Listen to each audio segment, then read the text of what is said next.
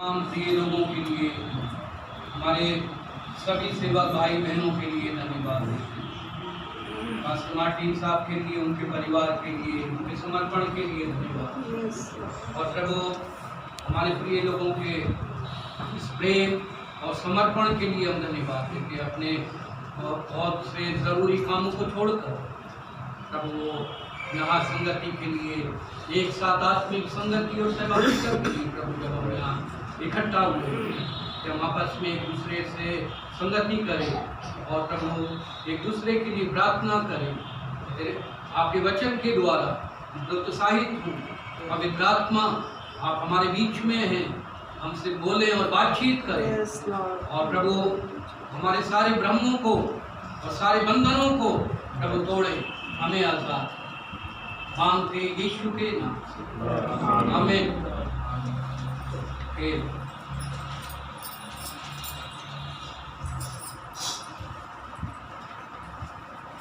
आपको मालूम होगा मेरी सेवकाई को मुझे सेवा करते हुए 42 वर्ष हो गए। कितने?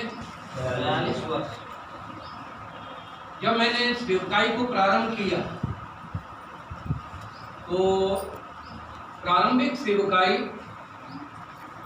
सुसमाचार प्रचारक के रूप में की, ठीक है। और वो पहला हमारा चरण जो सेवकाई का होता है नए क्षेत्र में, ये बाइबल का सिद्धांत है, बाइबल का नमूना है। हर एक सेवक कोई भी हो, चाहे शहर का हो चाहे गांव देहात का है, जब प्रारंभिक सेवकाई हम करते हैं, जैसे हमारे प्रभु यीशु ने प्रारंभ किया सुसमाचार से, सुसमाचार से लोगों से मिलना, लोगों से व्यवहार बनाना, वे लोगों के लिए सुसमाचार लोगों तक पहुंचाना, ये हमारा परमेश्वर का उद्देश्य क्या है। इस प्रकार मैंने भी किया। गली कुचे में जाके प्रेस काटना, कहीं खड़े हो गए, अंजलि बजाई, गाना गाया, प्रचार किया। यहाँ भी हम पूरी टीम बना के जाते थे, चौराहों पर साइकिलों से जाते थे, कितनी दूर दूर हैं। और उस समय संतोष भाई थे, प्रदीप थे, आप लोग भी थे हमारे समय में, आप थे, है ना। पूरा एक झुंड बना के हम दूर दूर जाते थे। मुझे ध्यान भी नहीं कहाँ वो जोसेफ भाई कहाँ रहता है,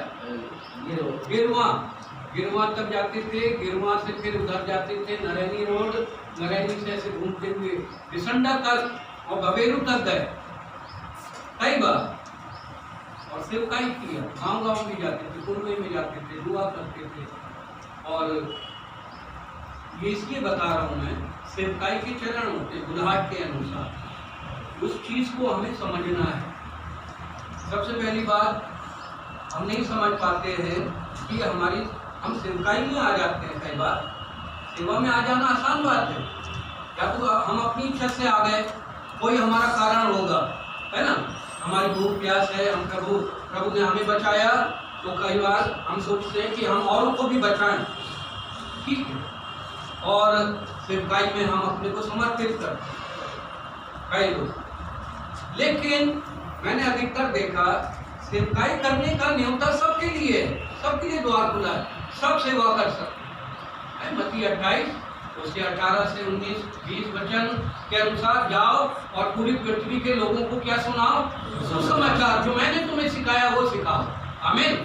तो जो यीशु से हम सीखते हैं, जो प्रारंभिक शिक्षा प्रभु यीशु ने दी है, सिखाई है, प्रेरितों की शिक्षा, नेम की शिक्षा, वो हमने सीखी, उसको हम सबको जाकर सुसमाचार बताएं कि उद्धार क्या है, कैसे प्राप्त होगा, पाप क्या है, पाप का परिणाम क्या है ना। यीशु क्यों आया, यीशु ने क्या किया।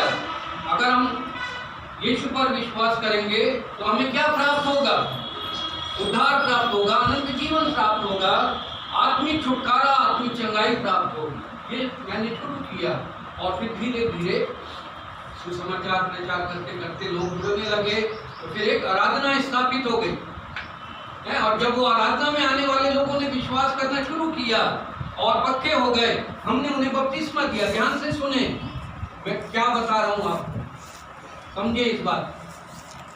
वो लोग तैयार हो गए, हमने उन्हें शिक्षा देना शुरू किया, उन्होंने मन फिराया, बपतिस्मा दिया। बपतिस्मा लेने के बाद क्या हुआ, ये कलीसिया स्थापित हो जाती है।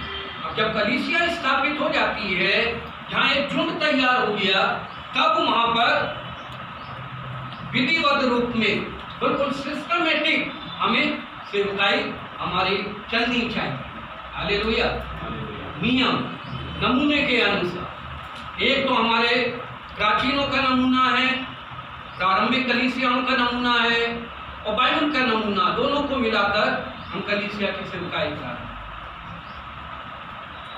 लेकिन कई बार क्या होता है, हम सेवा में तो आ जाते हैं, लेकिन हमें यह नहीं मालूम पड़ता कि हमारी बुलाहट क्या है, किस बुलाहट से हम बुलाए गए। क्या सब पादरी होने के लिए बुलाए गए हैं जी?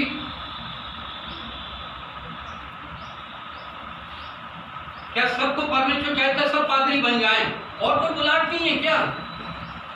और कोई सेवकाई नहीं है? अभी हमने पढ़ा था ना, कितनों को प्रेरित, कितनों को भविष्यद्वक्ता, कितनों को उपदेशक, कितनों को रखवाले और सुसमाचार प्रचारक और रखवाले नियुक्त किया। 5 प्रकार की सेवकाई, एक ही कलीसिया में 5 प्रकार की सेवकाइयों को और सेवा करने वालों को नियुक्त किया गया है। ये कलीसिया के अंदर है, एक कलीसिया में होने चाहिए, हर एक कलीसिया में होने चाहिए। हालेलुया। यानी कि प्रेरित बन गया तो प्रेरित अलग चला गया, भविष्यद्वक्ता ने अलग अपनी दुकान खोल ली, पादरी ने अपनी खोल ली, और शिक्षक अलग चला रहा अपना, है ना, वो अलग चला रहा अपना। ये हो रहा है या नहीं हो रहा है? यही हो रहा है। इसका मतलब क्या है, कलीसिया सही मार्ग में नहीं जा रही है। इन्हीं चीजों के लिए हमें तैयार होकर, एकजुट होकर, एक दूसरे की बुलाहट की सेवकाइयों को समझते हुए स्वीकार करना चाहिए। हालेलुया। निंदा नहीं करनी चाहिए। प्रेरित, भविष्यद्वक्ता, उपदेशक, शिक्षक, रखवाले, है ना, सब एक साथ रहने चाहिए,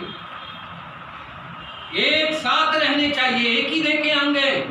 तो मैंने प्रचारक के रूप में शुरू किया, पादरी बन गया, फिर बाद में आपको बताऊं 42 साल की उम्र हो गई सेवकाई करते हुए।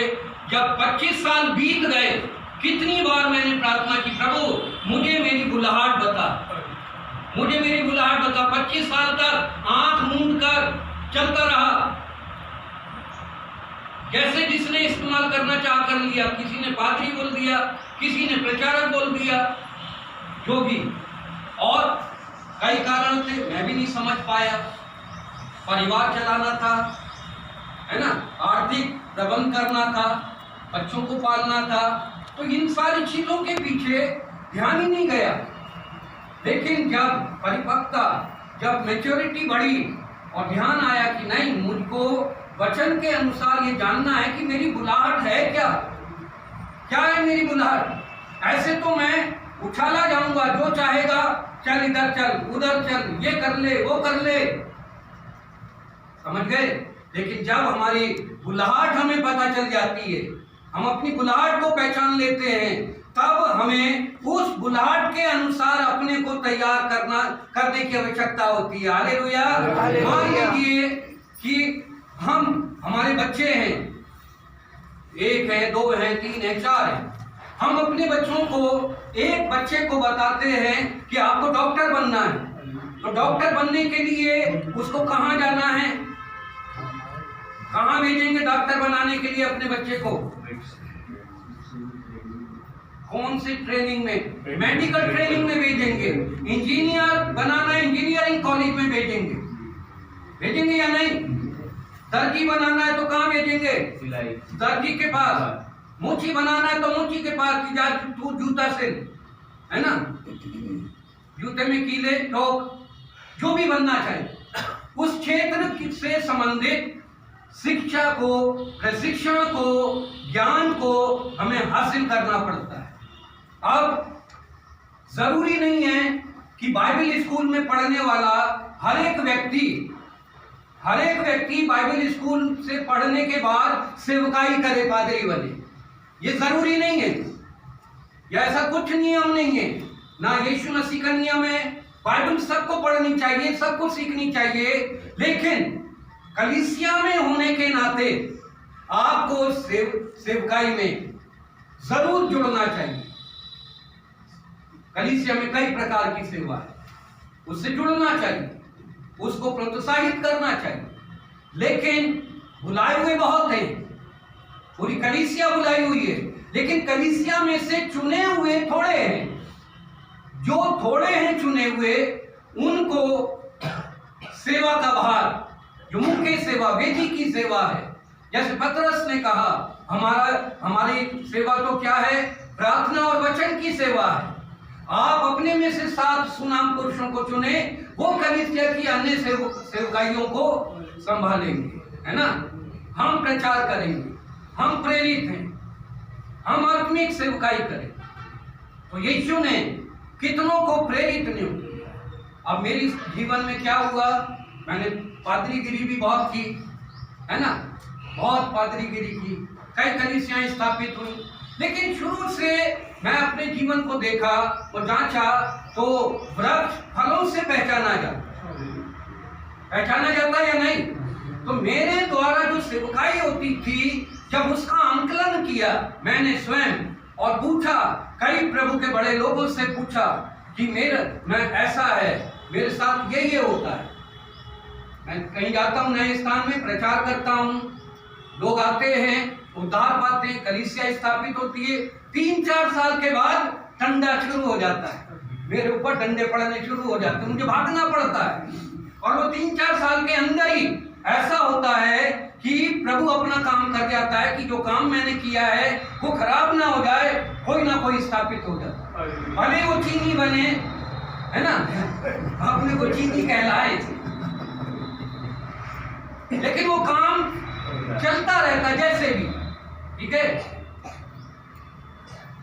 देखिए, बैल गाड़ी, बग्गी वो भी गाड़ी है, वो भी चलती है, मोटर गाड़ी भी गाड़ी है, गाड़ी नई गाड़ी भी चलती है, पुरानी से पुरानी गाड़ी भी चलती है,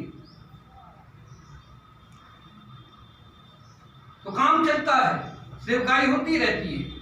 लेकिन जब मैंने खुद अपने को आंका, प्रार्थना भी किया, जांचा, पूछा कई लोगों से, तो एक बहुत बड़े प्रभु के दास हैं, उन्होंने मेरा इंटरव्यू लिया, असेंबलीज ऑफ गॉड के रॉबर्ट गेरार्ड, इंटरनेशनल अंतरराष्ट्रीय ख्याति प्राप्त प्रचारक हैं, उन्होंने मुझे बुलाया एजी में, जो इतनी बड़ी संस्था है वहाँ का पादरी बनने के सेवकाई में लाल मुझे। उन्होंने पूछा, आपकी बुलाहट क्या है? मैंने कहा मुझे नहीं मालूम, इतने बड़े प्रभु के दास से मैं क्या बोलूं कि मेरी बुलाहट क्या है, कि मैं तो पादरी हूँ, इसके अलावा कोई दूसरा शब्द आता ही नहीं, हमारी डिक्शनरी में है ही नहीं पादरी के अलावा कोई दूसरा शब्द। अब मैंने कहा सर मुझे नहीं मालूम। बोले अच्छा क्या करते हैं आप? मैंने कहा प्रचार करता हूँ, आत्माएं बचती हैं, उनको मजबूत करता हूँ, कलीसिया स्थापित होती है। फिर 2-3 साल के बाद अपने आप मुझे वहां से जाना पड़ता है, अपना बोरिया बिस्तर उठा के, और वो सेवकाई में उन 2-3 साल में मैं इतना कर देता हूँ कि कोई ना कोई वो सेवकाई को संभाले, ऐसे नहीं छोड़ के जाता। तो बोले आपकी बुलाहट तो प्रेरित आई की, आप प्रेरित, ये तो प्रेरित लोगों के गुण हैं। तब मुझे समझ में आया कि मैं प्रेरित हूं। मैं खामा जुटा हुआ था हर कोलू में पादरी बन के। पादरी की सेवकाई सबसे उत्तम, सबसे जिम्मेदारी की, सबसे बड़ी सेवा है। पास्टर बनना आसान नहीं है। प्रेरित क्या है? प्रेरणा देता रहे। अब नए नियम को जब आप देखते हैं, नए नियम क्या है? सिर्फ 4 सुसमाचार जो है वो प्रभु यीशु मसीह की जीवनी है, ठीक है। प्रेरितों के काम की पुस्तक क्या है? जो प्रारंभिक कलीसिया ने और प्रेरितों ने शिक्षा दी, सेवकाई की, उसका इतिहास है।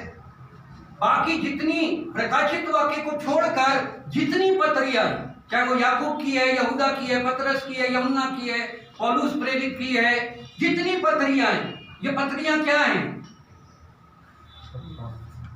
सिर्फ प्रेरितों ने जो सेवकाई की, जो जिम्मेदारियों को उठाया, जो उनको करना था, उनके प्रमाण है ये सारी पत्रियां।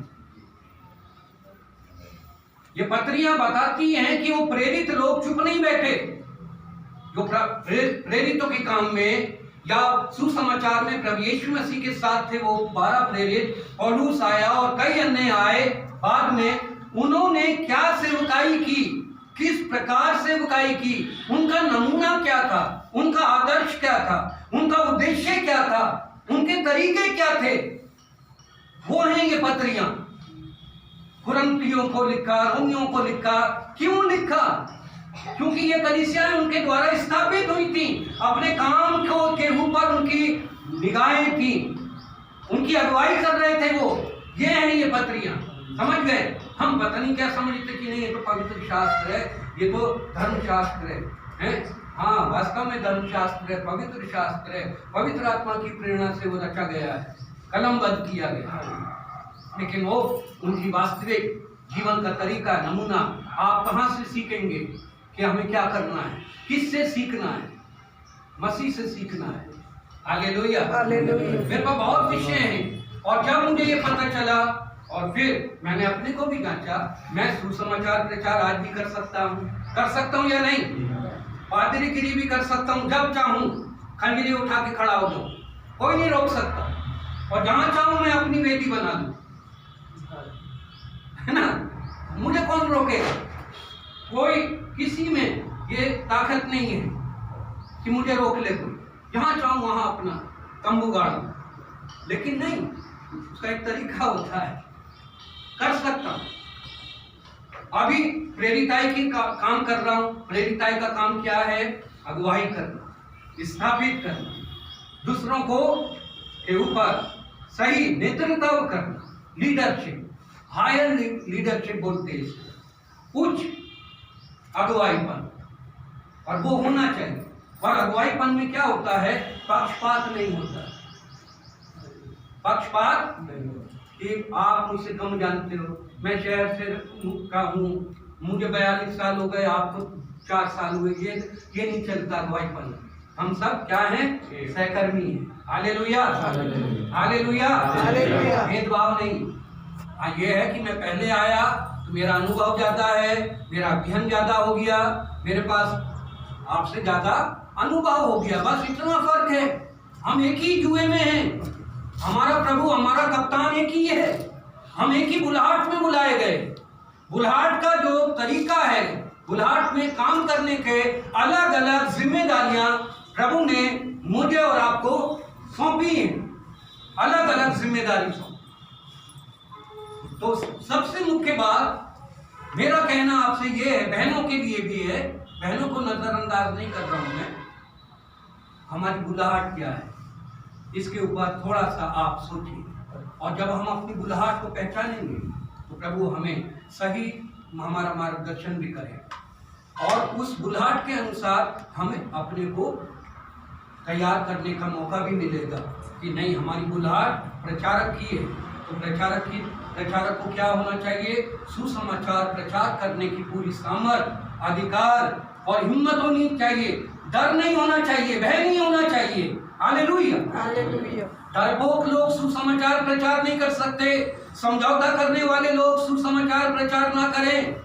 दूसरों की हाँ में हाँ मिलाने वाले सुसमाचार प्रचारक नहीं बन सकते। आप जो प्रभु से पाया है, पौलुस कहता है, वही बात मैंने तुम्हें पहुंचा दी। आमीन, आमीन।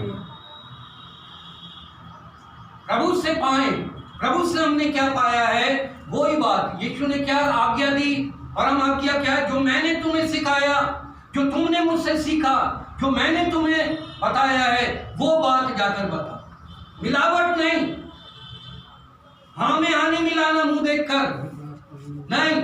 जीवन में कभी भी समझौता नहीं किया, इसलिए आ गया हाल है मेरा।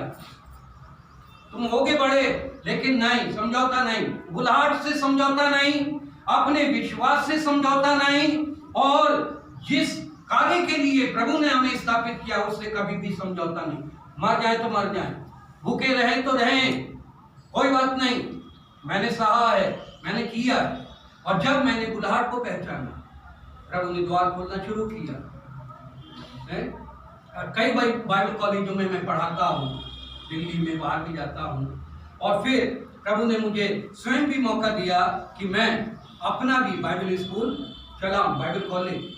तो मैंने 2005 में अपॉस्टोलिक थियोलॉजिकल कॉलेज स्थापित किया था दिल्ली में, आज भी चल रहा है। और सबसे पहले इस बाइबल कॉलेज के लिए जो मैंने बाइबल अध्ययन तैयार किया, नए नियम का धर्म विज्ञान, कलीसियाई जीवन के मूल सिद्धांत, इसमें 25 विषय हैं, 25 विषय ये मैंने तैयार किए। इनको बाइबल स्कूल में प्रारंभिक जो कोर्स है CTH 1 साल का, वो सिखाता हूँ। इसके साथ और भी कई बाइबल अध्ययन है, वो सिखाता हूँ। और फिर दुष्ट आत्माएं और स्वर्गदूतों के ऊपर मैंने एक और अन्य पुस्तक बीते दिनों में लिखी, जिनको मैं कई बाइबल स्कूलों में और कई जगह जाकर मैं पढ़ाता हूँ। आपको चाहिए फोटोकॉपी करने, ले लें, फोटोकॉपी का पैसा आप खुद दें जाकर, ठीक है। और इसके अलावा 300 पेज की किताब अभी लॉकडाउन कोरोना पीरियड में मैंने लिखी, व्यवस्था के ऊपर, पुरानी व्यवस्था, पुराने नियम की व्यवस्था और नए नियम की व्यवस्था, वो भी पुस्तक और फिर आप तक मैं पहुंचाऊंगा। और दूसरा उद्देश्य, 22 साल हो गए दिल्ली में, मैंने कई बार यहाँ आकर आप लोगों के समक्ष बोला भी था, शायद आपको याद हो, कि प्रभु हमें यहाँ वापस लाएगा, ऐसी दुआ करें, बोला था या नहीं? हम अपने बच्चा हुआ बुढ़ापा यहाँ काटना चाहते, कहा था या नहीं? सुना था।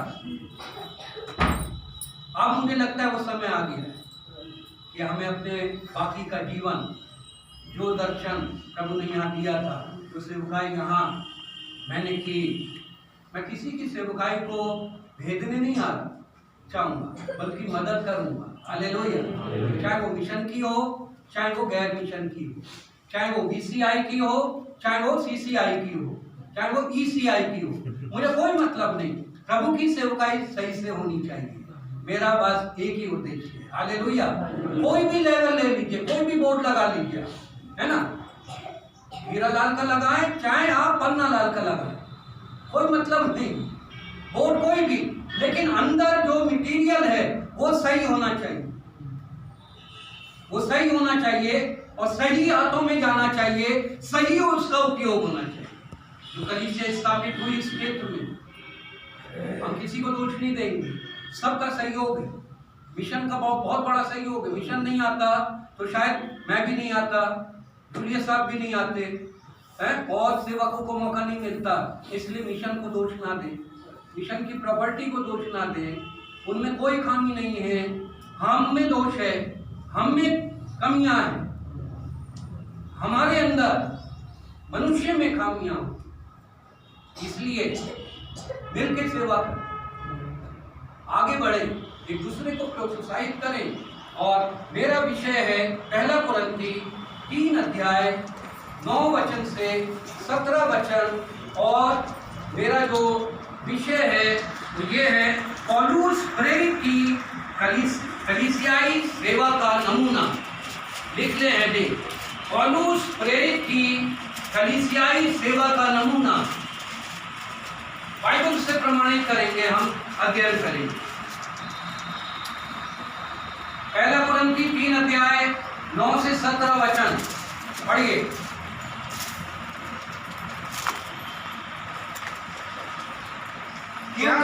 क्योंकि हम परमेश्वर के सहकर्मी हैं। तुम परमेश्वर की खेती हो और परमेश्वर की रचना हो, परमेश्वर के उस अनुग्रह के अनुसार जो मुझे दिया गया, मैंने बुद्धिमान राजमिस्त्री के समान नींव डाली और दूसरा उस पर रद्दा रखता है, परंतु हर एक मनुष्य चौकस रहे कि वह उस पर कैसा रद्दा रखता है। क्योंकि कहाँ तक पढ़ा था? पढ़िए 17 तक। अच्छा। क्योंकि उस नींव को छोड़ जो पड़ी है वह यीशु मसीह है, कोई दूसरी नींव नहीं डाल सकता। यदि कोई इस नींव पर सोना या चांदी या बहुमूल्य पत्थर या काट या घास या फूस का रद्दा रखे तो हर एक काम प्रकट हो जाएगा, क्योंकि वह दिन उसे बताएगा, इसलिए कि आग के साथ प्रकट होगा और वह आग हर एक काम परखेगी कि कैसा है। जिसका काम उस पर बना हुआ स्थिर रहेगा वह मजदूरी पाएगा। यदि किसी काम जल जाएगा तो वह हानि उठाएगा, पर वह आग बच जाए। परंतु जलते जलते क्या तुम नहीं जानते कि तुम परमेश्वर का मंदिर हो और परमेश्वर का आत्मा तुम में वास करता है। यदि कोई परमेश्वर के मंदिर को नष्ट करेगा तो परमेश्वर उसे नष्ट करेगा, क्योंकि परमेश्वर का मंदिर पवित्र है और वह तुम हो। हाँ, ठीक, धन्यवाद। नवा वचन, क्योंकि हम परमेश्वर के सहकर्मी हैं, तुम परमेश्वर की खेती और परमेश्वर की रचना हो। हम परमेश्वर के सहकर्मी हैं। ध्यान से वचन को देखिए और समझिए। पौलुस कहता है हम परमेश्वर के सहकर्मी। हम मतलब प्रेरित, भविष्यद्वक्ता, उपदेशक, शिक्षक, रखवाले, ठीक है, जो कलीसिया के प्रारंभिक प्रथम अब यीशु के बाद द्वितीय सेवक हैं, जिनको हम कह सकते हैं देव की पत्थर। पास्टर जूलियस साहब बता रहे थे कि देव के बारे में, सोने के सिरे का पत्थर कौन है? मसीह यीशु है ना, आधारशिला यीशु है। और देव के पत्थर प्रेरित, भविष्यद्वक्ता है, उपदेशक है, पादरी है, प्रचारक है, ये देव के पत्थर है। और विश्वासी कौन है? वो रद्दे हैं, जीवित पत्थरों की नाई आत्मिक घर बनने के लिए रद्दे हैं, है ना। अरे यहाँ पौलुस कह रहा है क्योंकि हम परमेश्वर के सहकर्मी। क्या हम लोग है, हम लोग अपने को सेवा कहते हैं, पास्टर कहते हैं। हम किसके सहकर्मी हैं? परमेश्वर के सहकर्मी। अगर मान लीजिए मैं कहूँ मैं परमेश्वर का सहकर्मी और आपके साथ मैं सहकर्मी नहीं हो रहा हूँ, तो मैं हूँ मैं, बताइए, आपको ग्रहण नहीं कर पा रहा, आपके कपड़े मुझे अच्छे नहीं लग रहे, आपकी उन्नति मुझे नहीं भा रही, आप कहीं और जा रहे हैं वो मुझे अच्छा नहीं लग रहा, और मैं यहाँ दावा कर रहा हूँ मैं परमेश्वर का सहकर्मी हूँ, इसलिए मेरा आदर करो, मैं दुगनी चीजों का हकदार हूँ, क्योंकि मैं परमेश्वर का सहकर्मी हूँ। सीधा मेरी पहुंच किससे है? परमेश्वर से है, तुमसे नहीं है, और तुमसे रखना भी नहीं चाहता, क्योंकि मेरी तो वहां तक है ना। जब मुझे परमेश्वर मिल गया तो मुझे और किसी की जरूरत ही नहीं। उनको तो कीड़ा मकोड़ा समझो, उनको रोन दो। अब हर एक सेवा परमेश्वर का सहकर्मी। हालेलुया। चाहे उम्र कितनी भी हो, अनुभव कितना भी हो, आप और मैं मिलकर अगर हम प्रभु के सेवक हैं, सेवकाई की बुलाहट हमारे पास है, हम कलीसिया की सेवा कर रहे हैं, सुसमाचार की सेवा कर रहे हैं, तो हम सब मिलकर प्रभु की सेवा करें। हमें तो जब हमारे अंदर वो सहकर्मीपन दिखना चाहिए या नहीं दिखना चाहिए? दिख क्यों नहीं रहा है? क्यों ये लगाव आ गया, बिछड़ापन, है ना। संस्थागत हैं हम, संस्था, अरे ये फलानी संस्था का है, ठीक है, संस्था है, कोई सिद्ध नहीं है, कोई काम है, कोई ज्यादा है। एक स्कूल में एक ही क्लास नहीं होती है, तुम ऐसा है, नर्सरी से केजी से शुरू होता कॉलेज तक जाते हैं, तो सब एक ही विद्यालय के ना है या नहीं? हमने अपने अपने विद्यालय खोल दिए, एक एक क्लास लेकर चल रहे हैं, बस हमारी तो एक ही कक्षा चलेगी और दूसरी कक्षा चलेगी ही नहीं। एक विद्यालय में पूरा नाम क्या रखा है? विश्वविद्यालय, है ना। कक्षा कितनी चल रही है? केवल एक, बाकी कहाँ कर भाई तुम चला लो। दूसरे ने भी विश्वविद्यालय खोल रखा है, है यूनिवर्सिटी, वो अपनी एक क्लास अलग चला रहा है, उसमें इसके स्टूडेंट नहीं आ सकते क्योंकि वो विषय वहां नहीं पढ़ाया जा रहा है ना, और इसके वहां नहीं जा सकते। अगर वहां गए तो तुम्हें स्कूल से निकाल दिया जाएगा, तुम फेल हो जाओगे। ये हिटलर गिरी कहां से आई? ये यहां से आई, है ना। ये नहीं होना चाहिए, ये बाइबल के खिलाफ है, सेवकाई के सिद्धांत के खिलाफ है, ये मसीही बुलाहट के खिलाफ है। अगर हम कहते हैं कि हम मसीह के सेवक हैं, मसीह एक है, मसीह की ध्येय एक है, हम उसके अंग हैं, अलग अलग बुलाहट, अलग अलग गुण, अलग अलग सबकी चरित्र है, हमें सबको ग्रहण करना चाहिए। Hallelujah, hallelujah. यीशु मसीह ने यहूदा इस्करियोती को भी ग्रहण किया, जबकि वो चोर था, अव्वल दर्जे का है। यीशु को मालूम था ये बेच देगा मुझे, कभी भी दोष नहीं लगाया। प्रभु यीशु ने पतरस को भी ग्रहण किया जो जल्दबाज था। प्रभु यीशु को मालूम था कि ये डर के मारे भाग जाएंगे छोड़कर, कोई खड़ा नहीं होगा मेरे साथ, सब भाग जाएंगे, लेकिन सबको लिए रहा, कभी किसी पे दोष नहीं लगाया, कभी दोष नहीं लगाया, क्योंकि उसे मालूम था कि जो जैसा करेगा वो वैसा स्वयं भरेगा। न्याय करने वाला परमेश्वर है। पौलुस यहाँ कह रहा है हम सहकर्मी हैं, हम अगुए, जो हम ताज पहने हैं अगुएपन का, है ना, डिग्री है हमारे पास, ऊंचा पद है, बहुत अच्छी बात है। आप रेवरेंट कहलाएं, आप पोप कहलाएं, दोप कहलाएं, पापा कहलाएं, फादर कहलाएं, बिना शादी के, बिना बच्चों के फादर मत कहलाएं, ये अपराध है, कानूनन अपराध है ना। पहले शब्द को समझे, पापा, पापा है, पापा बोलते ना रोमन कैथोलिक, उसमें क्या बोलते? फादर, फादर, फादर, फादर है ना। फादर इंग्लिश शब्द है, ये पापा शब्द जो है वो हिंदी का नहीं है, वो यूनान का है, यूनानी भाषा का है। पापा से निकला है पोप, है ना, पोप से निकला पापा, फिर उसको इंग्लिश में अनुवाद किया गया फादर, पिता।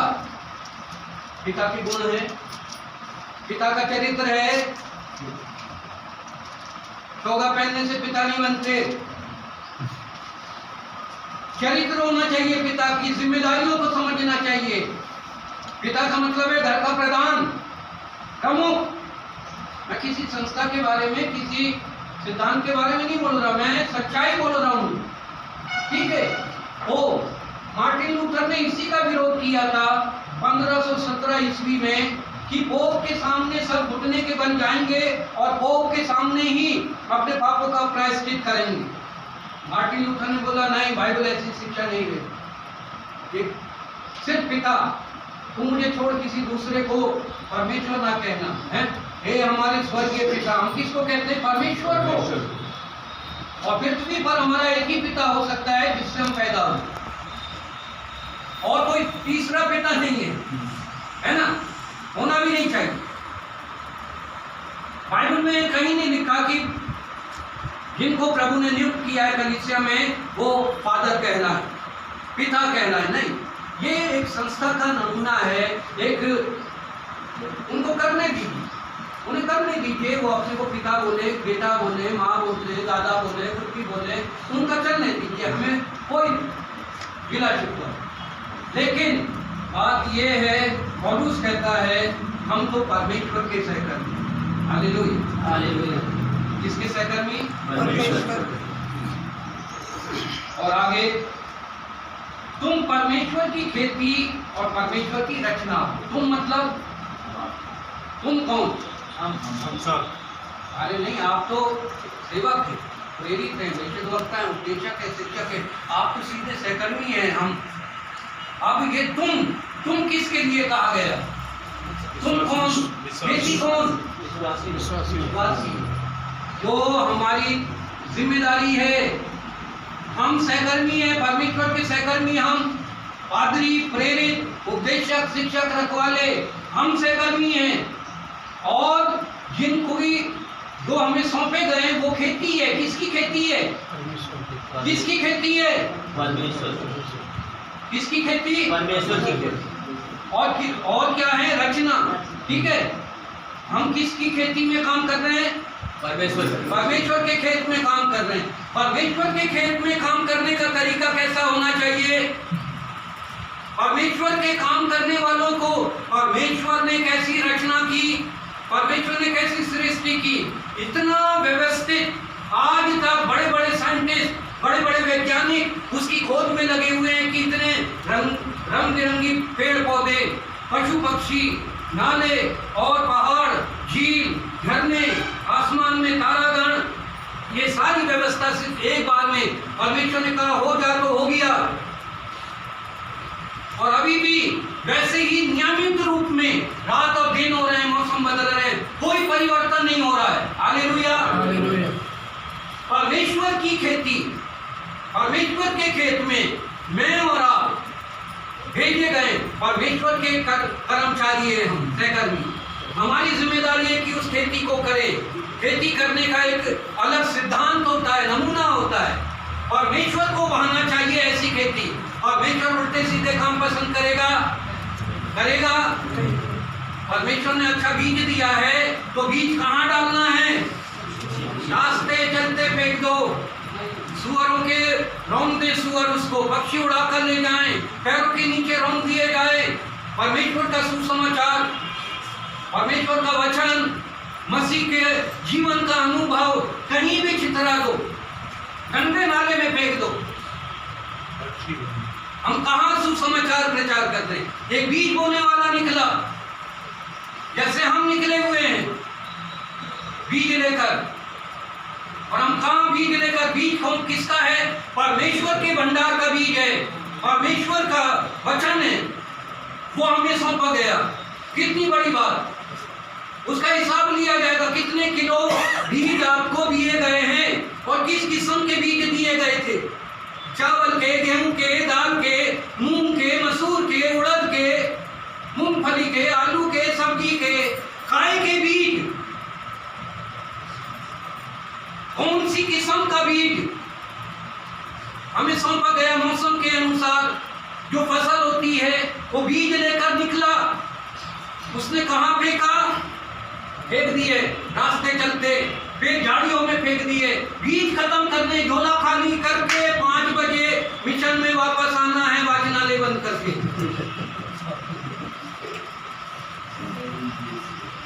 मैंने पहले भी दिया उदाहरण, ऐसे ऐसे प्रचारक आए मिशन में और संस्थाओं में आ जाते हैं, निकम्मे लोग। ऐसे लोगों की भर्ती हो गई।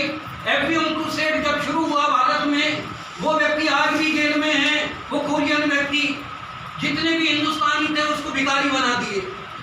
ऐसे ऐसे लोगों को भर्ती कर दिया हो एफबीएम क्रूसेड में, जो कहीं घूम रहे हैं लड़के, जिनको कुछ भी नहीं मालूम।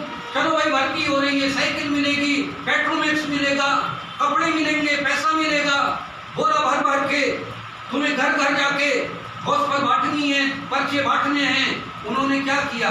साइकिल मिली, साइकिल बेच दी। पेट्रोल मैक्स मिला, पेट्रोल वो बेच दिया, मेट्रो जो भी की बत्ती है। फिर जो बड़े बड़े थैले और गॉस्पेल मिली, उनको कहाँ फेंका?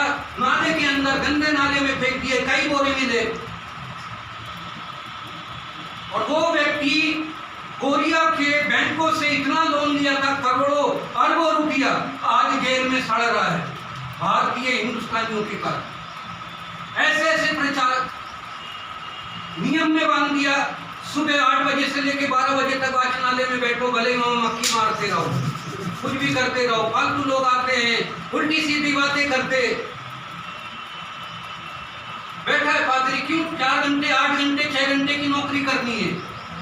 इससे सेवकाई बढ़ी ही नहीं कभी।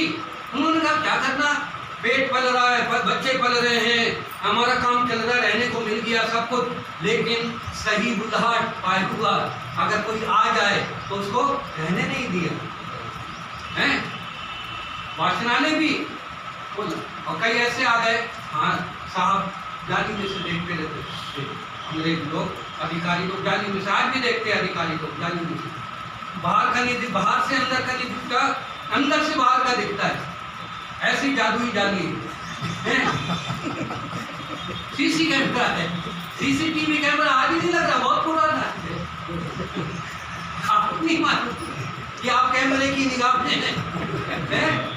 सारे पादरी प्रचार, वो पादरी निकला बिल्कुल टाइम से निकलते, गए कहीं खेत खलियान में बैठ गए, चना ऊपर लिखा रहे।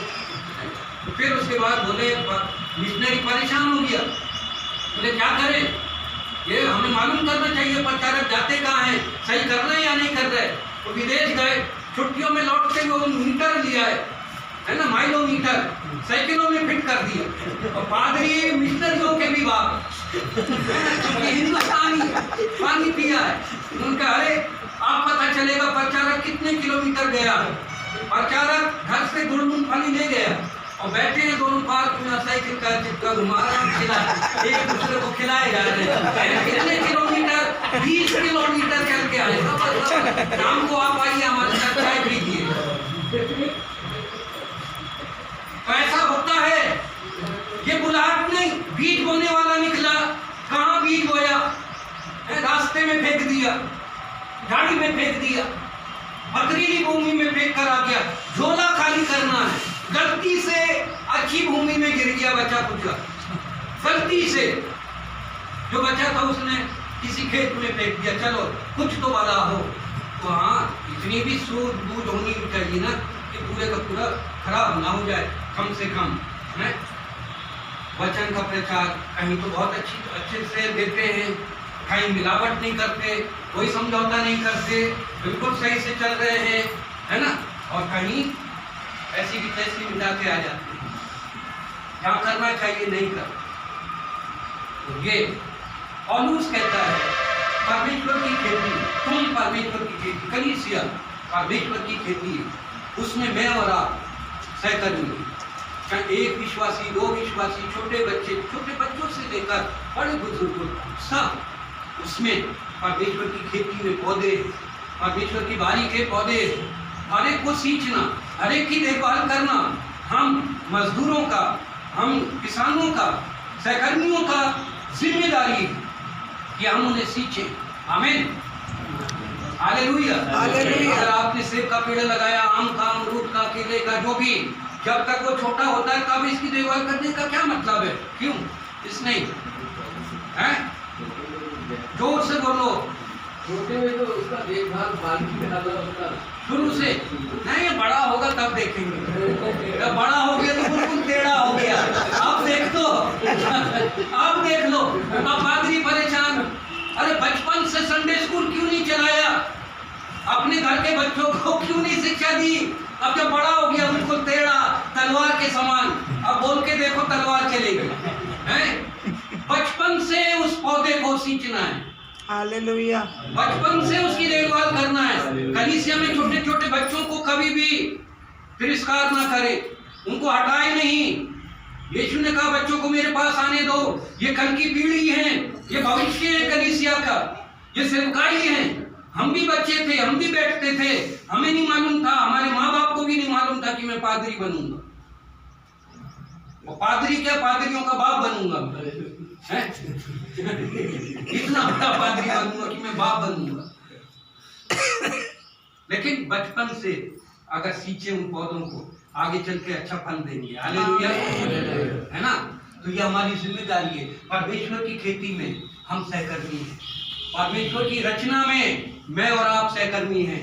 हम अपना मजाक खुद ना उड़ाएं, अपने ऊपर घमंड करें, शान से जिए, आपको झुकने की जरूरत नहीं, परमेश्वर के सामने झुकें, उस पर भरोसा रखें। Hallelujah, hallelujah, hallelujah, hallelujah, hallelujah. कभी व्यक्ति पर भरोसा नहीं, कभी संस्था पे भरोसा नहीं, कभी किसी विदेशी पे भरोसा नहीं, प्रभु पे भरोसा रखें।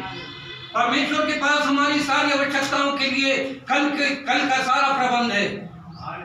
मैं हूं गवाह उस बात पर, मेरा कोई बैंक बैलेंस नहीं, एक ईंट भी मेरे नाम की नहीं है भारत में। एक जमीन थी है वो भी मेरी नहीं है, कब्रिस्तान भी मेरा नहीं है, कब्रिस्तान में भी जमीन नहीं है। बताइए, चिंता ही नहीं, बिल्कुल बहुत खुश हूं, बहुत आनंदित, कोई दुख नहीं कि मेरे पास प्रॉपर्टी नहीं है ना, मुझे कोई दुख नहीं।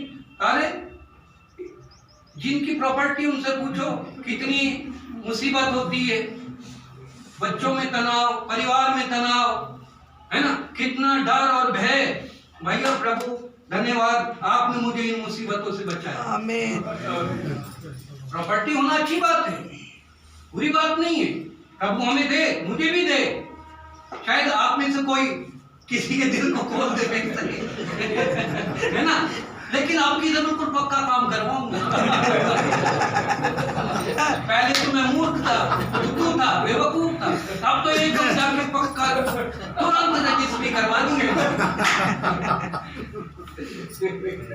मजाक नहीं उड़ा रहा हूँ किसी का, लेकिन जिस उद्देश्य के लिए मेरी जमीन, वो उद्देश्य पूरा हुआ। हालेलुया। प्रभु का भवन बना, प्रभु की सेवकाई हो रही है, प्रभु उन्नति दे रहा है और सुसमाचार फैल रहा है, ये बड़ी महिमा की बात है। आमीन। तो खेती, सहकर्मी, खेती और रचना हमारी जिम्मेदारी को हम समझें। और उस कह रहा है आगे, अब 10 वचन पढ़िए। परमेश्वर के उस अनुग्रह के अनुसार, नहीं, पहला कुरिन्थी 3 अध्याय बेटा 10वां वचन। परमेश्वर के उस अनुग्रह के अनुसार हाँ जो मुझे दिया गया, हाँ, मैंने बुद्धिमान राजमिस्त्री की नाई नेव डाली, हाँ, और दूसरा उस पर रद्दा रखता है। परंतु हर एक मनुष्य चौकस रहे कि वह उस पर कैसा रद्दा रखता है। हाँ, यहाँ पौलुस बहुत अच्छी बात कह रहा है और हमें सीखने के लिए है। मैं भी सीख रहा हूँ, अभी तक सीख रहा हूँ, मेरा ज्ञान पूरा नहीं हुआ, मेरी क्लासें चलती रहती है। आप सोचे कि बस हो गया, अब नहीं। 1 साल 2 साल की बाइबल ट्रेनिंग ले ली, अब तो हम प्रोफेसर बन गए, बिल्कुल एकदम बुद्धिजीवी बन गए हम, तो सारा ज्ञान हमें को आ गया। ना ना ना ना ना, मरते दम तक पढ़ना है, मरते दम तक सीखते रहना है। पौलुस कह रहा है परमेश्वर के उस अनुग्रह के अनुसार जो मुझे दिया गया, मैंने बुद्धिमान राजमिस्त्री की नाई नेव डाली। जो अनुग्रह परमेश्वर के अनुसार मुझे मिला है ना, सेवकाई का जो मौका मिला है, ये परमेश्वर का अनुग्रह, परमेश्वर की ओर से मिला है। मैं कह सकता हूं मुझे परमेश्वर ने सेवा में बुलाया। आमीन। मुझे किसी संस्था ने नहीं बुलाया, मुझे किसी मिशनरी ने नहीं बुलाया, मुझे किसी पैसे ने नहीं बुलाया, मुझे नौकरी ने नहीं बुलाया, मुझे धन दौलत ने नहीं बुलाया, और इसके लिए मैं हूं भी नहीं। ना तो मैं किसी पद के लिए हूं, ना मैं किसी धन संपत्ति के लिए हूं, ना ही मैं किसी और बात के लिए हूं। मैं सिर्फ परमेश्वर के अनुग्रह के द्वारा मैं बुलाया गया हूं, और मैं इसलिए बुलाया गया कि मुझ पर अनुग्रह हुआ है। किसका?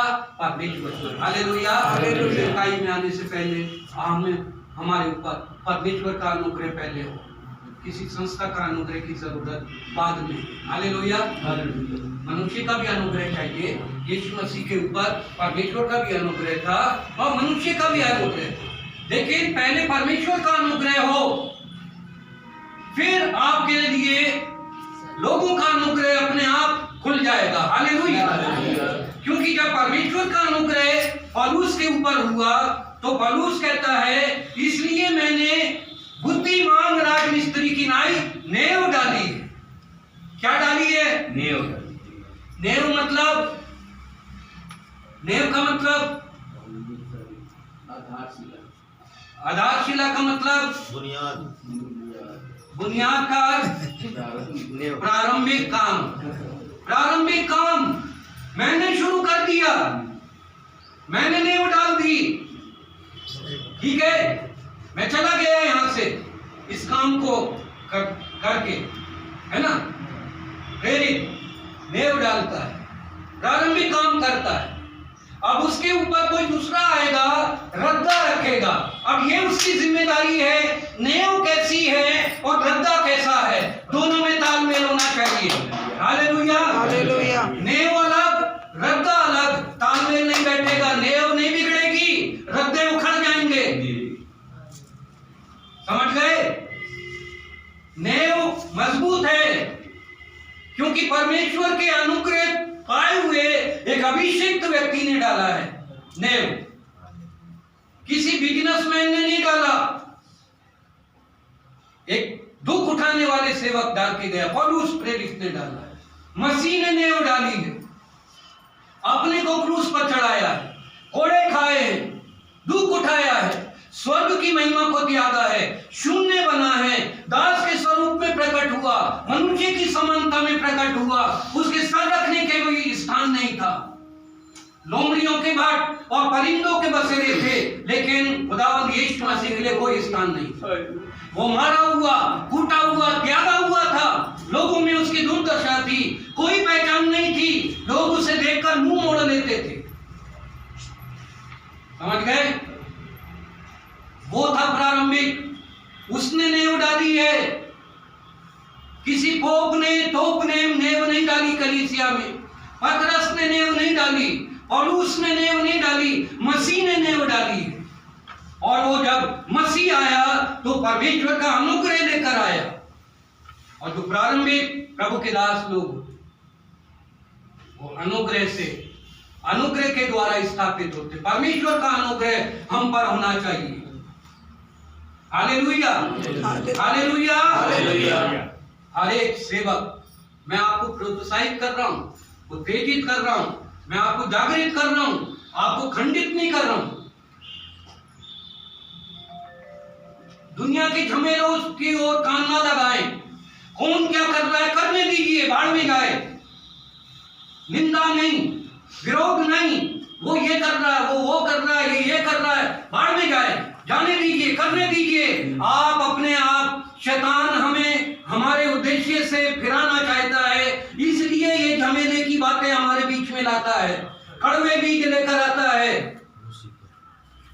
हम अपने दर्शन से हट जाते हैं, उद्देश्य से हट जाते हैं, यही तो शैतान चाहता है, और यही काम के कारण आज बदनामी ना हो, मसीह की बदनामी ना हो, मसीह की देह की बदनामी ना हो, सेवकों की बदनामी ना हो, क्योंकि ये बहुत ऊंची सेवा है, ये मामूली सेवा नहीं है, बहुत बड़ी जिम्मेदारी। हम सहकर्मी हैं, अपने ओहदे को पहचाने। तुम चुना हुआ वंश, राजपदधारी, याजकों का समाज, परमेश्वर की निज प्रजा, इसलिए अपने गुण प्रकट करें। Hallelujah, hallelujah. एक राजा था, राजा का एक ही बेटा था, ध्यान से सुने, पहले भी सुन चुके होंगे। राजा बहुत शूरवीर, बहुत योद्धा था। राजा चाहता था मेरा बेटा भी शूरवीर बन जाए, योद्धा बन जाए। बहुत कोशिश करता था राजा, अखाड़े में भेजता था, तलवारबाजी में, घोड़ा सीख ले, ये कर ले, वो कर ले, युद्ध चलाना सीखे, तीर कमान सीख ले। लेकिन जब भी वो अपने बेटे को देखता था, वो नाचने वालियों के बीच में बैठा रहता था। राजा बहुत निराश होता था, राजा बहुत दुखी होता था।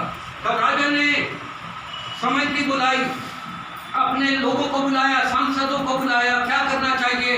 किसी ने सलाह दी कि महाराज ऐसा करें, बड़े बड़े देश के बड़े बड़े योद्धाओं को, बड़े बड़े शूरवीरों को, और जो बहुत परिपक्व लोग हैं युद्ध करने में, तीर कमान चलाने में, तलवार चलाने में, उन्हें बुलाया जाए और राजकुमार की ट्रेनिंग की जाए, दी जाए। 6 महीने 1 साल की ट्रेनिंग को भेज दिया गया, बाइबल स्कूल भेज दिया ट्रेनिंग करने। बड़े बड़े योद्धा लगे पड़े। 1 साल के बाद जब पूरा हुआ, राजा बहुत कुछ बैंड बाजे और पूरी सेना और सारे शान शौकत के साथ उस महल का दरवाजा खुलने का इंतजार कर रहा, जहां से बेटा निकलेगा, और मेरा बेटा पहलवान बन के निकलेगा, मेरा बेटा योद्धा बन के निकलेगा। और एकदम खड़े हुए थे, बोला गया, नरसिंगे फूके गए। क्या देखता है राजा, सबसे पहले नाचता हुआ उसका बेटा आ रहा है, और उसके पीछे जितने पहलवान थे वो उससे भी बढ़िया नाच रहे थे, सारी अपनी पहलवानी भूल गए। हमने प्रभु ने बुलाया है, परमेश्वर का नाम लेकर हम आए हैं। हमने सुसमाचार को प्रचार करने के लिए, उसकी खेती में सहभागी बनने के लिए, सहकर्मी बनने के लिए अपने को नियुक्त किया, हमें तैयार किया गया। लेकिन क्या देखा जाता है? जैसे कि तैसे, कोई परिवर्तन नहीं। अगर दिख रहा है किसी में, इसका मतलब है कहीं ना कहीं गड़बड़ है, कहीं ना कहीं गड़बड़ है, परिवर्तन होना चाहिए। हालेलुया।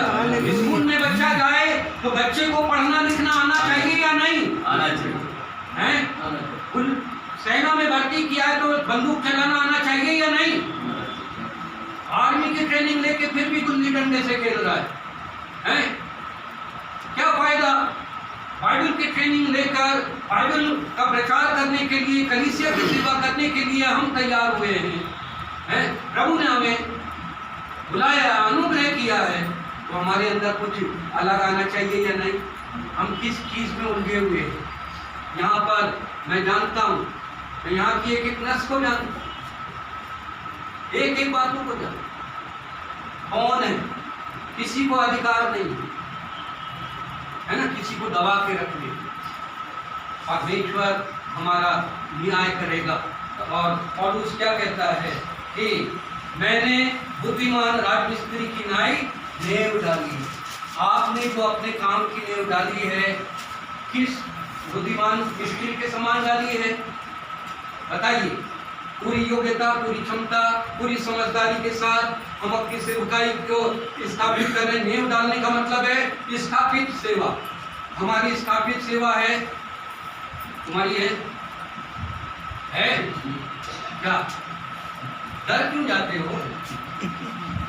है कहीं आपने सेवकाई स्थापित की? कहीं भी जो भी आपकी बुलाहट है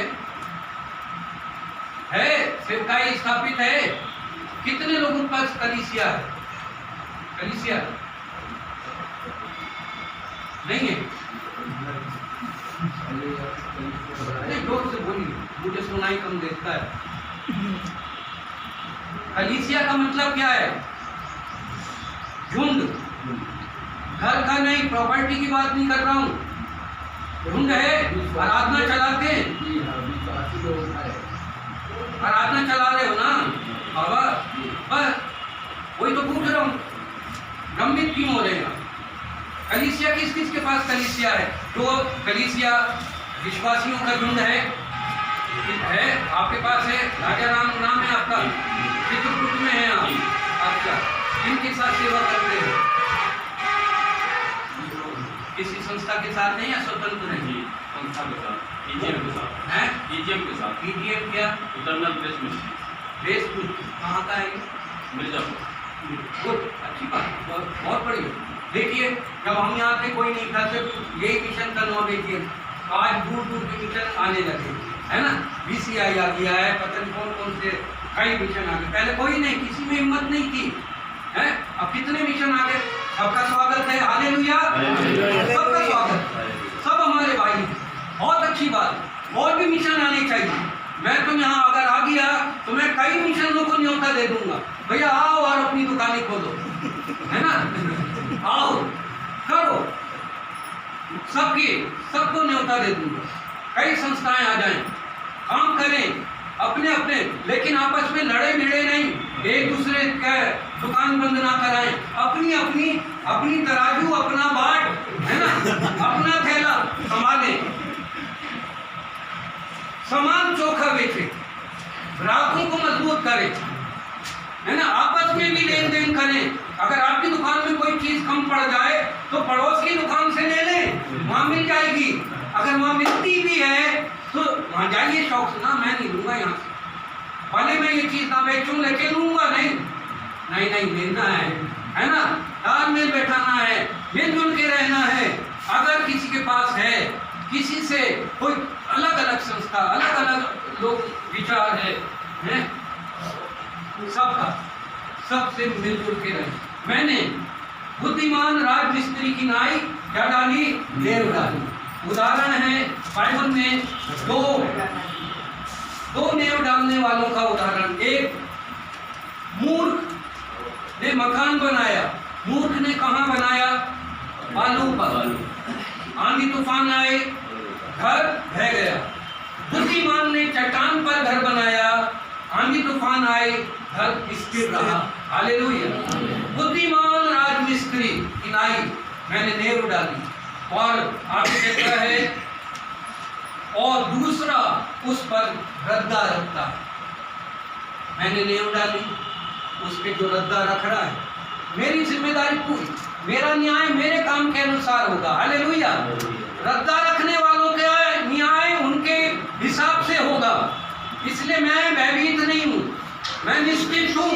मेरी जिम्मेदारी जितनी थी नींव डालने की मैंने डाली है, और बुद्धिमानी के साथ डाली है, परमेश्वर के अनुग्रह में डाली है, मुझे कोई डर नहीं। लेकिन अब बारी उनकी है कि जो रद्दा रख रहे हैं।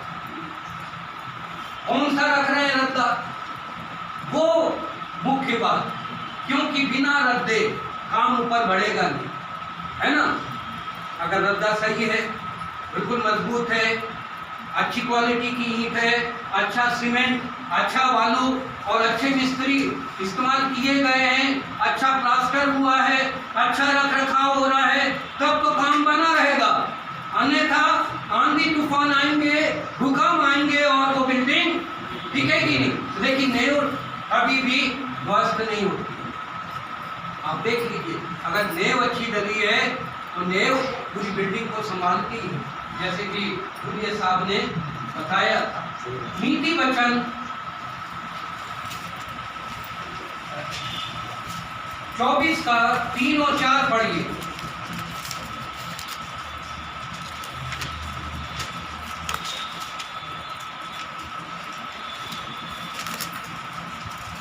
घर बुद्धि से बनता है और समझ के द्वारा स्थिर होता है। हाँ, घर बुद्धि से बनता है और समझ के द्वारा स्थिर होता है। ज्ञान के द्वारा कोठरियां सब प्रकार की बहुमूल्य और मनभाव वस्तुओं से भर जाती हैं। हाँ, ये कलीसिया के लिए ये वचन निर्गमन 31 उसका 1 से 11।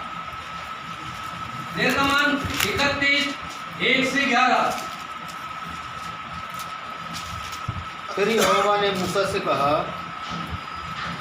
सुन, मैं ऊरी के पुत्र बसलेल को, जो हूर का पोता और यहूदा के गोत्र का है, नाम लेकर बुलाता हूँ। हाँ, और मैं उसको परमेश्वर की आत्मा से बुद्धि, प्रवीणता, ज्ञान और सब प्रकार की कार्यों की समझ देने वाली आत्मा है परिपूर्ण करता हूँ। हाँ, जिससे वह कारीगरी की कार्य बुद्धि से निकाल कर सब भांति की बनावट में, अर्थात सोने, चांदी और पीतल में, और जड़ने के लिए मणि काटने में और लकड़ी के खोदने में काम करे। हाँ, और सुन, मैं दान के गोत्र वाले अहीसामाक के पुत्र ओहोलियाब को उसके संग कर देता हूँ।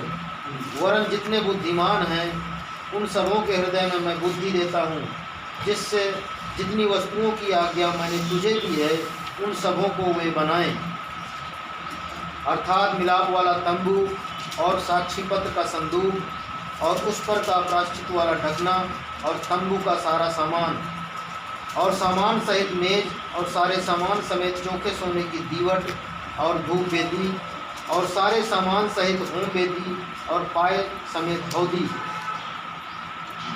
और काढ़े हुए वस्त्र। धन्यवाद। तो इसका जो सार है वो ये है, परमेश्वर के कार्य के लिए बुद्धिमान लोगों की जरूरत है, ज्ञानी लोगों की जरूरत है, सही काम करने वालों की जरूरत है। आमीन, हालेलुया, हालेलुया, हालेलुया। कलीसिया की सेवा में उल्टा सीधा काम करने वालों का कोई भी स्थान नहीं है। अच्छा काम करने वालों की जरूरत है, जो सही रीति से, बुद्धिमानी से, ईमानदारी से, पूरी दक्षता के साथ, योग्यता के साथ प्रभु की कलीसिया की सेवकाई करते हैं। ठीक है, प्रभु वहां पर उन्हें आशीष देता, वो काम बना रहता है, वो काम स्थिर रहता है। हर एक लोगों को ये सोचना चाहिए, कलीसिया किसी की बपौती नहीं है। कलीसिया को बपौती बना दिया, अपनी मिल्कियत बना ली, अपना साधन बना लिया कमाई का, अपनी शान और शौकत का एक साधन बनाकर बैठे हैं। क्योंकि प्रॉपर्टी उनकी है, उनके नाम पर जमीन है, उनके नाम पर चर्च बिल्डिंग है, बिगाड़ लो, मेरा कौन क्या बिगाड़ेगा। ये गलत है, बिगाड़ने वाला ऊपर बैठा है। घमंड अच्छी बात नहीं है। प्रभु हमें प्रॉपर्टी दे, प्रभु हमें योग्यता दे, हमारे काम को बढ़ाए और हमारे लिए साधन, क्यों नहीं साधन मिल रहे हैं हमें, क्यों हमारे लिए द्वार नहीं खुल रहे हैं, क्यों, मैं बताऊं क्यों नहीं खुल रहे, क्यों प्रचारक लोग तड़प रहे हैं, गरीबी में हैं, लाचारी में हैं, उनके पास अपनी प्रॉपर्टी नहीं है, उनके बच्चे अच्छे पढ़ क्यों नहीं रहे हैं, उनके पास अच्छे साधन क्यों नहीं हो पा रहे हैं, क्योंकि वो ईमानदार नहीं है, इसलिए उन्हें नहीं दिया जा रहा है। समझ गए? परमेश्वर देख रहा है कि ये नहीं संभाल पाएगा, ये बिगड़ जाएगा, इसमें बुद्धि की कमी है, इसमें योग्यता की कमी है। परमेश्वर से के सामने योग्य बने, बुद्धिमान बने, देखिए आपके लिए द्वार खुलता है। Hallelujah, hallelujah. खुलेगा द्वार, परमेश्वर देगा। अच्छा प्रबंधन, अच्छी एडमिनिस्ट्रेशन आना चाहिए, हमें अच्छी योग्यता आनी चाहिए, व्यवस्था करने वाले हों हम, सुसज्जित हों, पालन पोषण करने वाले हों, हर एक चीज में तरतीब होनी चाहिए, हमें तरीका मालूम होना चाहिए, कैसे हम प्रचार करें, कैसे लोगों को जमा करें, कैसे हम प्रार्थना चलाएं, कैसे हम आराधना चलाएं, हमारा पारिवारिक जीवन, हमारा व्यक्तिगत जीवन, लोगों से मिलने का जीवन, हमारे आत्मिक सेवकाई का जो जीवन है, नमूना है, वो कैसा हो, जब वो सही रीति से परमेश्वर की योजना में, परमेश्वर के डिजाइन में बनेंगे हम, परमेश्वर अपने आप हमें उठाना शुरू करेगा। हालेलुया, क्योंकि हम प्रकट होंगे। और यदि हम अपने लिए सोचेंगे, हमें केवल अपने लिए, अपनी कमी गटियों के ऊपर सोच सोच के हम निराश हो जाएंगे, अपनी कमी गति के लिए, अपनी आवश्यकता के लिए हम चिंतित होंगे। कभी मत होइए, कभी नहीं, परेशान मत होइए। प्रभु के सामने प्रभु को सब मालूम, परमेश्वर जानता है, वो आपके आंसुओं को व्यर्थ नहीं जाने दे, वो आपको लज्जित नहीं होने देगा। कलीसिया की सेवकाई के लिए परमेश्वर चाहता है हम अच्छे प्रबंधक बने, जिसको कहा जाता है क्या, प्रबंध करने वाला, है ना, स्टूवर्ड, अच्छे इंतजाम करने वाले हों, हर एक चीज का हिसाब किताब रखें। मैं जानता हूं, आज तक जब मैं यहाँ था, कुछ मैंने खर्चे किए थे, लोगों ने मुझे, हमने मीटिंग की थी 3-4 दिन की, है ना, क्लॉडियस आए थे, 84 की बात है, सन 84 की, 94 की बात। उसके सारे बिल वाटर आज तक मेरे पास है, फोटो दिखा सकता हूँ, किसने कितना चावल दिया था, किसने मुझे 20 रुपए दिए थे या 200 रुपए दिए थे या 300 रुपए दिए थे, और कहाँ खर्च हुए थे, कौन से टेंट वाले से टेंट मंगाया गया था और कुर्सी मंगाई गई थी, वो भी आज तक मेरे पास है। मेरे पास किसी से मांगना नहीं है, मुझे किसी पे क्लेम नहीं करना है, लेकिन मेरी आदत है, मुझे सब कुछ रखना है, हिसाब से रखना है, सारी चीजें तरतीब से होनी चाहिए, बेतरतीब कुछ ना हो। परमेश्वर चाहता है हम बुद्धिमान बने, पहली बात है ना, हम पर अनुग्रह और हम परमेश्वर के कार्य को, परमेश्वर की खेती समझे, नौकरी नहीं समझे, है ना, टाइम पास ना समझे, टाइम बिताना है, बेगारी ना समझे कि अरे माँ करना पड़ेगा, क्या करें, बन गए पादरी तो अब बाइबल पकड़ के घूमना ही पड़ेगा, घर घर जाना ही पड़ेगा। कौन बोल रहा आपको, जाइए आप नौकरी कीजिए, बिजनेस कीजिए, अच्छा काम करिए, और जब समय मिले प्रार्थना कीजिए, जहाँ तक आप लोगों को बता सके बताइए, अपने घर का, अपने परिवार का अच्छा आर्थिक प्रबंध करें। जरूरी नहीं है कि फुल टाइम आप सेवा ही करें और सेवा में आपको घाटा हो रहा है, आप भूखे मर रहे हो, आपके बहुत इज्जत नहीं हो रही है, कोई आपको पूछ नहीं रहा है, तो बेहतर ये है कि आप तालमेल बैठाएं, आप अच्छा काम करें और कुछ व्यवस्था करें अपनी और सेवकाई करें, शान से जिए। हालेलुया। हो सकता है मेरी बात आपको गलत लगे, कोई बात नहीं, सेवा काम करते करते भी सेवा कर सकते है ना। किसी को बुला दे फुल टाइम, जैसे मुझे पूरा भरोसा है, मैं नहीं डरता। मुझे परमेश्वर ने भूखा रखने के लिए भेजा, दुख उठाने के लिए भेजा, मैं मानता हूँ मैं उठा दूंगा। मुझ में क्षमता है, मुझ में योग्यता है, मुझे कोई काम करने की आवश्यकता नहीं, कभी नहीं किया कोई। लेकिन मैंने अपनी पत्नी को नहीं रोका, अपने बच्चों को नहीं रोका, मैं काम आज भी कोई काम नहीं करता, प्रभु की सेवकाई से जुड़े हुए सारे काम करता हूँ। पैसा कमाने के लिए कभी नहीं, पैसे के पीछे कभी नहीं भागा, पैसा मेरे पीछे भागता है और ऐसा भागता है मुझसे आगे निकल जाता है मैं फिर भी पीछे के पीछे रहता। तो हम बुद्धिमान राजनीति, हालेलुया। हालेलुया। हमारी सेवकाई जो है वो परमेश्वर की खेती है। किसकी खेती है? तो अब जिसकी खेती है उस खेत में हम मजदूर हैं, तो हिसाब कौन लेगा? परमेश्वर लेगा। अब जितने तोड़े हमें मिले हैं उन तोड़ों को संभाले। एक मिला है बांध के ना रखें, 2 मिला है 2 का व्यापार करें, 5 मिला है 5 से 10 का व्यापार करें। अलग अलग क्षमता के अनुसार तोड़े मिले। एक तोड़ा हमेशा एक नहीं रहेगा, 1 से 2 होंगे, 2 से 4 होंगे, 4 से 8 होंगे। आप एक तोड़े को इस्तेमाल तो करो, बांधो मत कि नहीं मुझ में अभी क्षमता नहीं है, मैं छोटा हूँ, मैं ज़्यादा वो नहीं करता। नहीं, निकल पड़िए। आपने क्रूस उठाया है, हल आपके कंधे पर है, आप जुए में जुट चुके हैं, आप रुकिए मत, आगे बढ़ते जाना। अपने आप को तोड़ा, बढ़ता चला जाएगा, प्रभु आपको आशीष देगा। आमीन, हालेलुया। भूख लग रही है? नहीं, अभी लंच करेंगे, है ना, तैयार है, फिर उसके बाद थोड़ा